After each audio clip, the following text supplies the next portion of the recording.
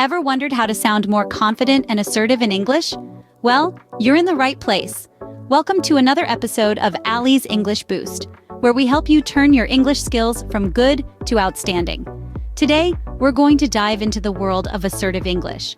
Assertiveness is all about expressing yourself effectively and standing up for your point of view, while also respecting the rights and beliefs of others.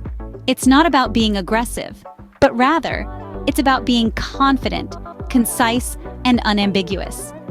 So, are you ready to add this power punch to your English conversations? Now you're going to learn how to form assertive sentences to boost your English communication. Scene script. Ready to power up your English with assertive phrases? Here are 7 examples to get you started. First up, we have, I'm not suggesting it, I'm insisting on it. This phrase is your go-to when you want to express that your recommendation is not just a friendly suggestion, but a firm belief. It shows that you are confident and resolute about your viewpoint. Next, I'm not hinting at it, I'm saying it outright. Ever had those moments when you're tired of subtly hinting at something? This phrase allows you to be direct and clear, leaving no room for misunderstanding. Our third phrase is, I'm not hoping for it, I'm expecting it. Use this when you're beyond just hoping for an outcome. It communicates that you're not merely wishing for something to happen, but are actually counting on it. Number 4, I'm not questioning you, I'm trusting you. This phrase is a powerful way to show your trust and confidence in someone. It shifts the conversation from a place of doubt to one of absolute faith. Moving on to phrase number 5, I'm not advising you, I'm ordering you. This sentence comes in handy when you need to take a firm stand and express authority. It's like laying down the law in a conversation. Our 6th phrase is, I'm not debating with you, I'm informing you. Perfect for when there's no room for argument, and you're just stating the facts. It's a clear, assertive way to express that the matter isn't up for discussion. And finally, I'm not guessing, I'm confirming.